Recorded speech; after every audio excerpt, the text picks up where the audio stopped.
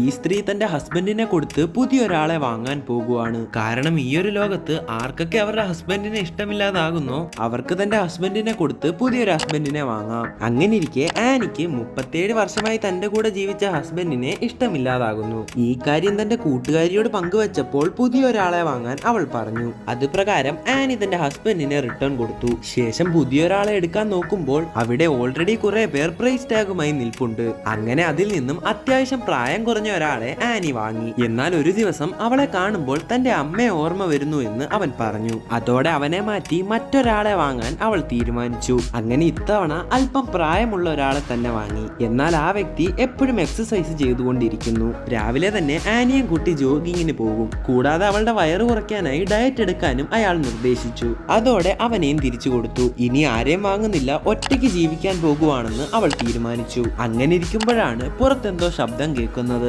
നോക്കുമ്പോൾ അവളുടെ അയൽവാസിയായ സ്ത്രീ തന്റെ പഴയ ഹസ്ബൻഡിനെ വാങ്ങിക്കൊണ്ടുവന്നു.